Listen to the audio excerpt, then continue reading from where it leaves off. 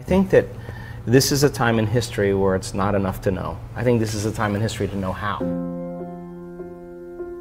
How many people in this audience actually believe in the idea that the way you think has some effect on your life? So how many people here actually woke up this morning and consciously created a future? You know, the biggest reason why people don't do it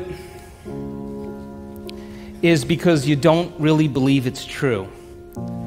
You see, if you knew on a gut level that it was absolutely true, would you ever miss a day? Come on.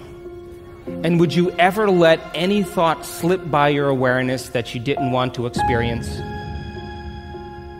So if you believe this, then does your environment control your thinking, or does your thinking control your environment?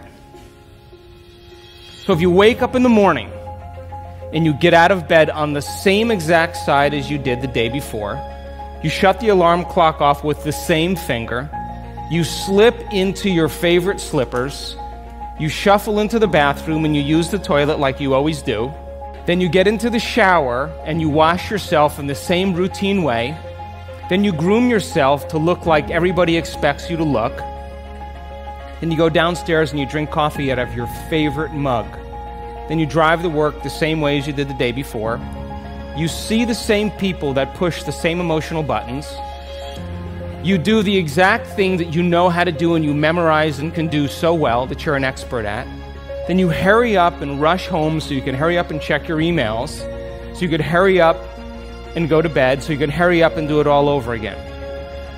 Now, here's my question. Did your brain change at all that day? We could say that you were thinking the same thoughts, performing the same actions, that create the same experiences, that produce the same emotions, but secretly expecting something to change in your life.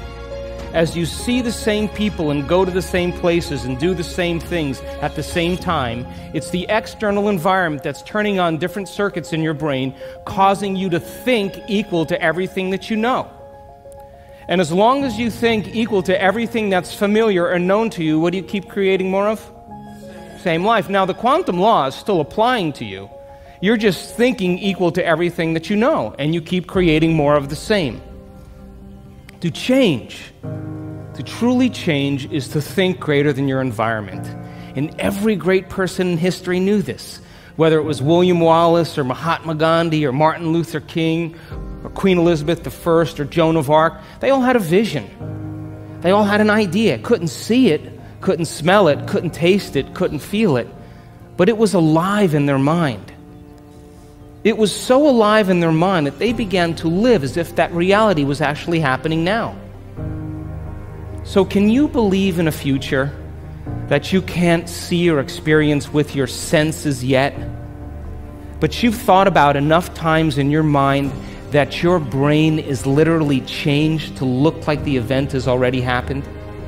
Neuroscience says it's absolutely possible. 95% of who you are by the time you're 35 years old is a set of memorized behaviors, set of emotional reactions, beliefs, perceptions, attitudes that run just like a computer program. So 5% of your conscious mind begins to work against 95% of what you've memorized. So the person wants to think positively, but they're feeling negatively. They want to create their dream board, and put up their future life, but they feel unworthy. That's mind and body in opposition. We have to recondition the body to a new mind. To change your mind, then, is to make the brain work in new sequences and new patterns and new combinations, to begin to make the brain work differently. And the one ingredient that allows us to do that is knowledge or information. Because every time you learn something new, you make a new connection in your brain. That's what learning is. Learning is forging new connections. Remembering is maintaining or sustaining those connections. Write down the choices you have to stop making. Look at the things you have to stop doing. Are you complain? Do you make excuses? Do you blame other people? What do you do? List those things and be really honest with yourself. What experiences do you have to stay away from certain people at certain times? Stay away from them so that you are not in the environment that triggers it.